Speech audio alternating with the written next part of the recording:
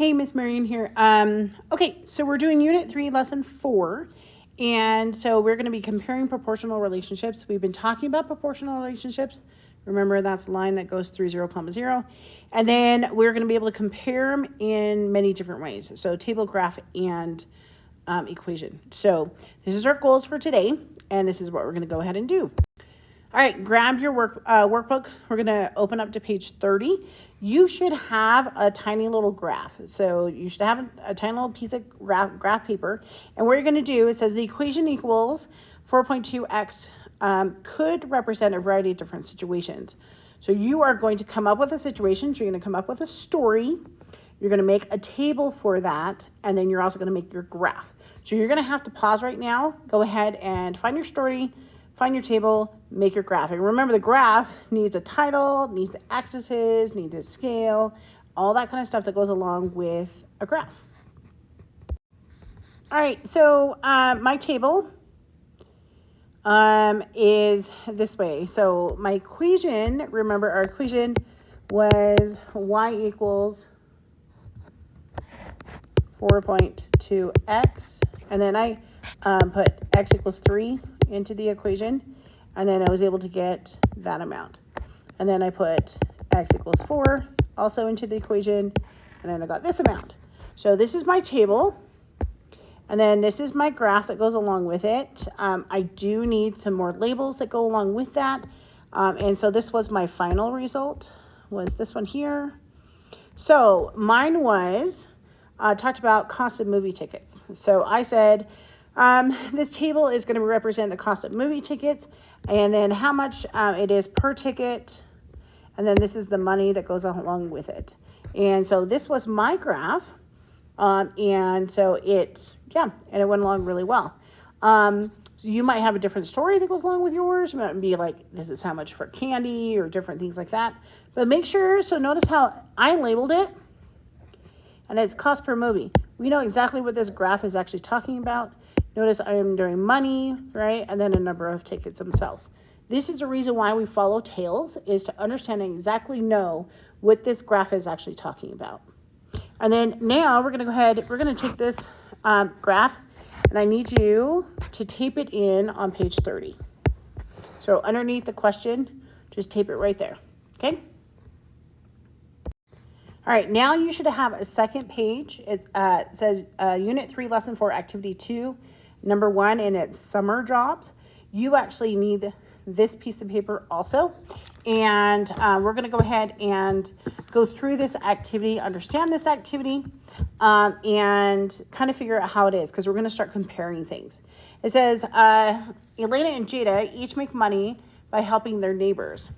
Elena babysits. Her earnings are given by the equation y equals 8.40x, where x represents how many hours she works and y represents how many money she earns. And then Jada, she earns $7 per hour mowing her neighbor's lawn.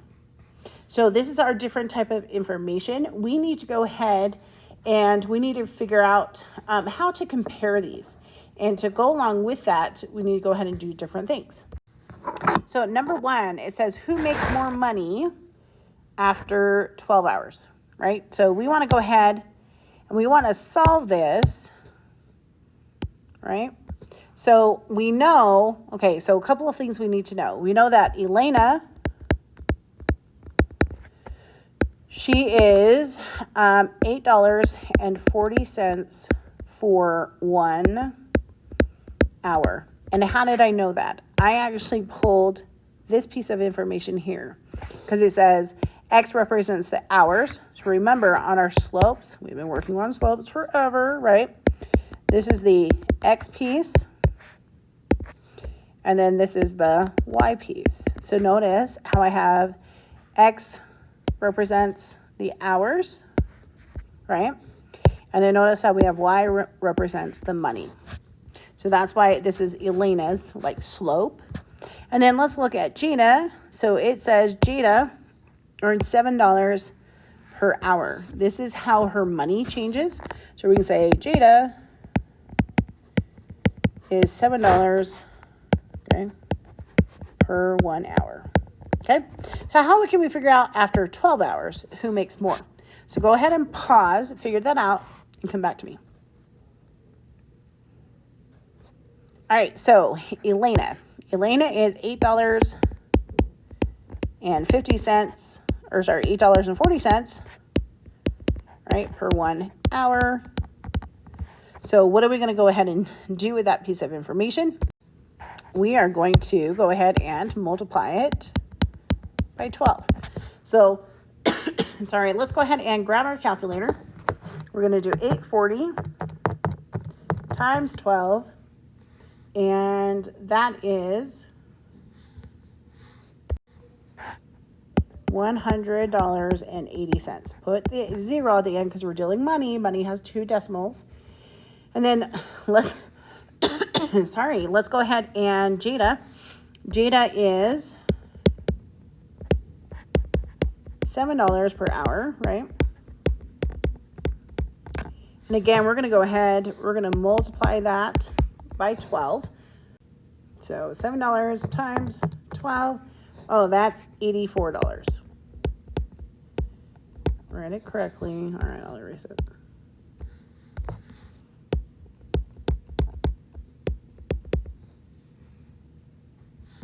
Dang it, I did it wrong. $84.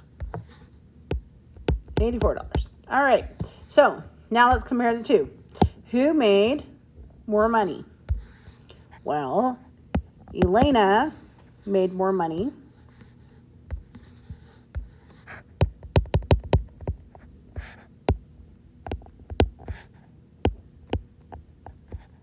Right? So Elena has more. And then how much more did she earn? So I'm going to write this on the side. So we're going to say Elena made more money. And then how could we figure out how much more? We can say $100.80 minus 84 cents. Okay, grab a calculator.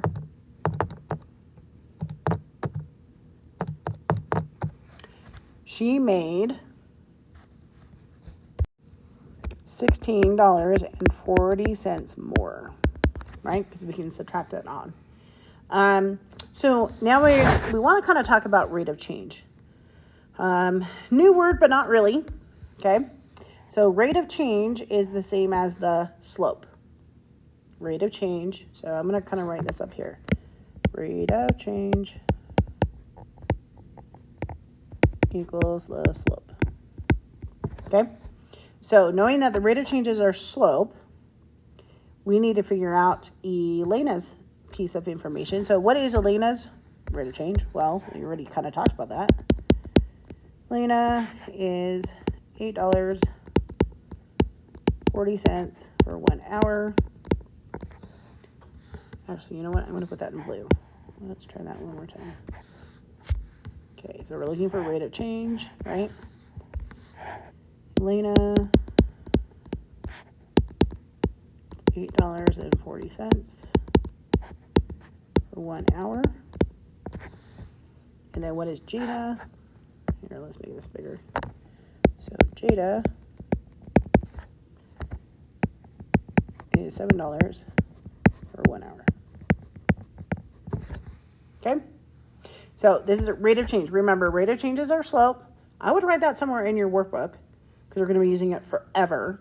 And then we also want to figure out how long would it take each person to earn $150. So we've kind of done this before. So Elena already had an equation. So I'm going to say Elena, let's put it in blue. Her equation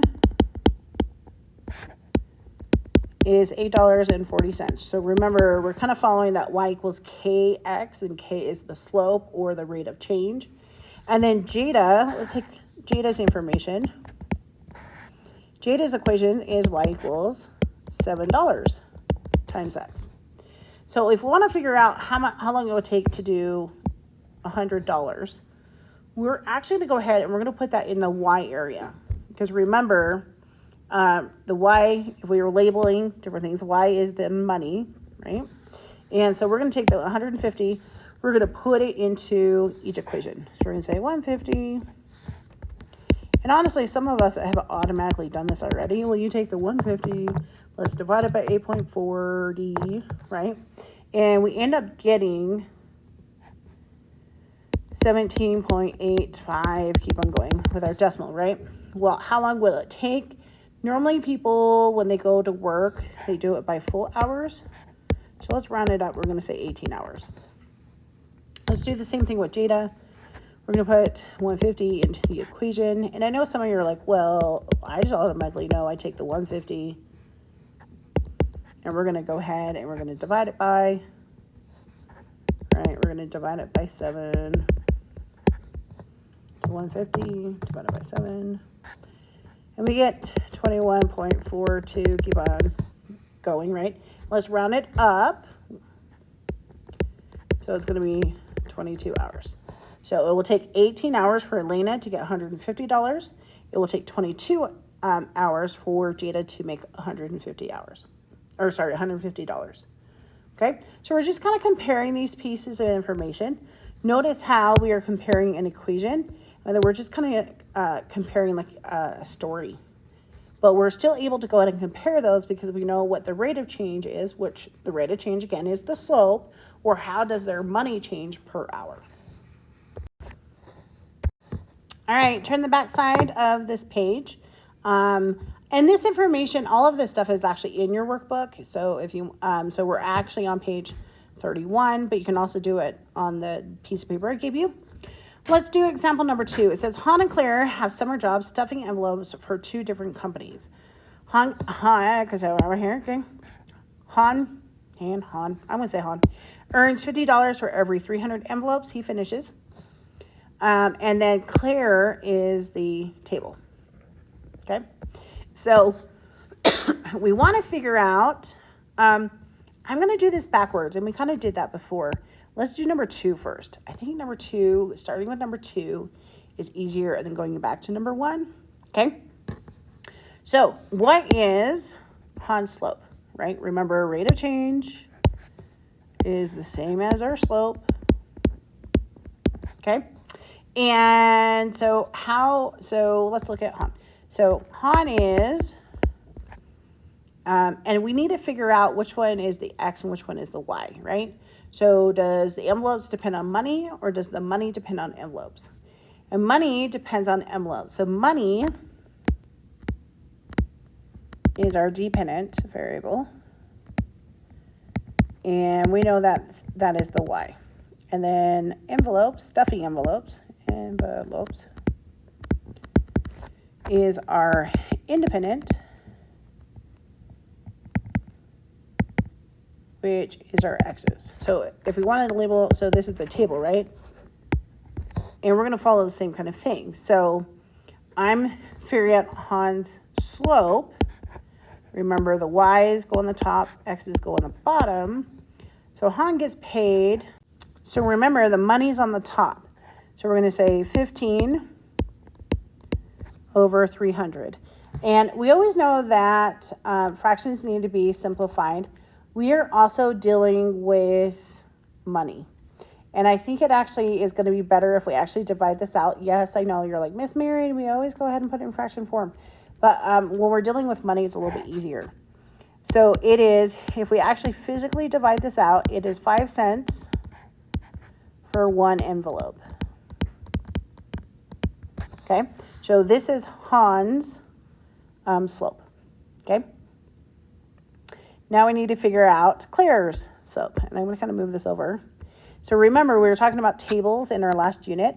How do we go from 400 to 900, right? Well, okay, well, and it's through addition and subtraction. So that is adding 500 envelopes. And then how do we go from 40 to 50?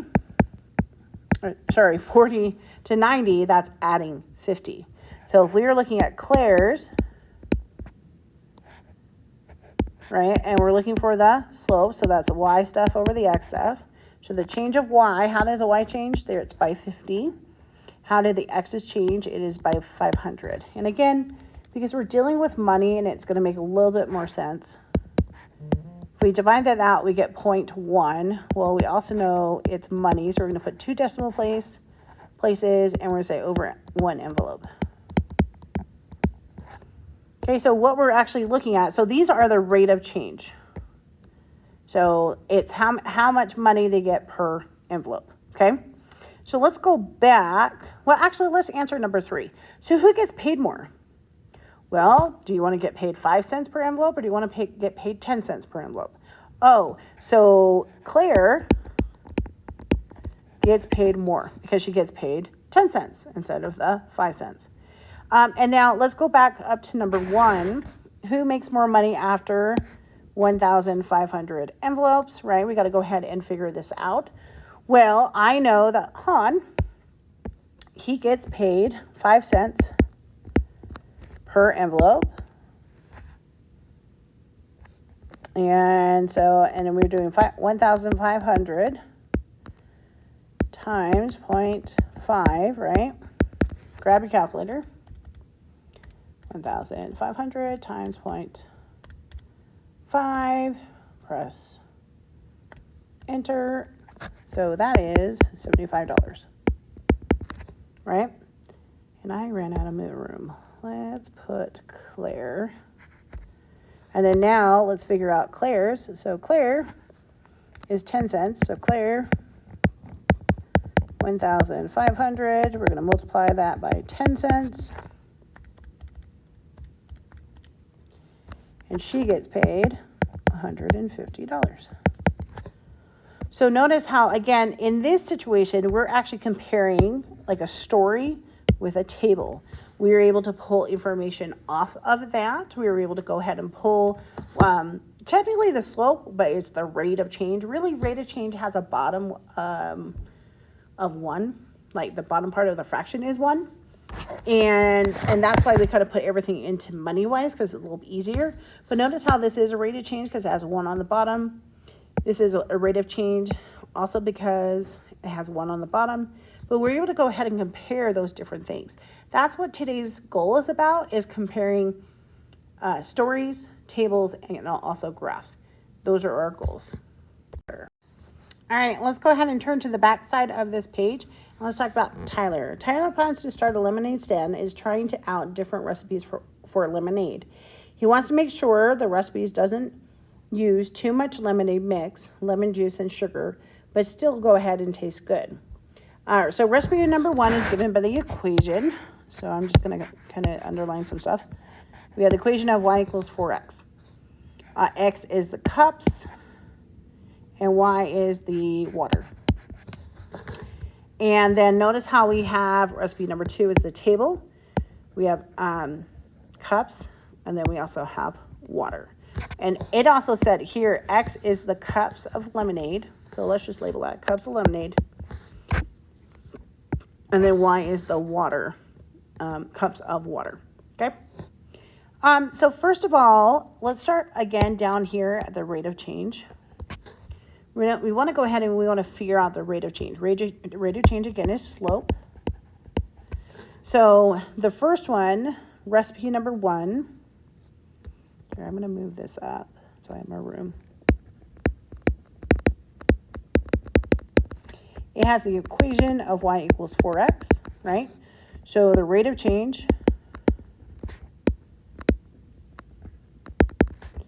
is 4 or 4 over 1. And I'm going to label this stuff. Remember, it is our y over x. Y is water. So it's cups of water. And 1 is lemonade. Okay? And then recipe number 2. Recipe number 2 is the table. So we're looking at the table. And again, we're going to look, how do we go from 10 to 13 through addition and subtraction? That is plus 3. How do we go from 50 to 65? That is plus 15. So recipe number 2, again, is our y stuff over our x stuff. So how do the y's change? That is 15.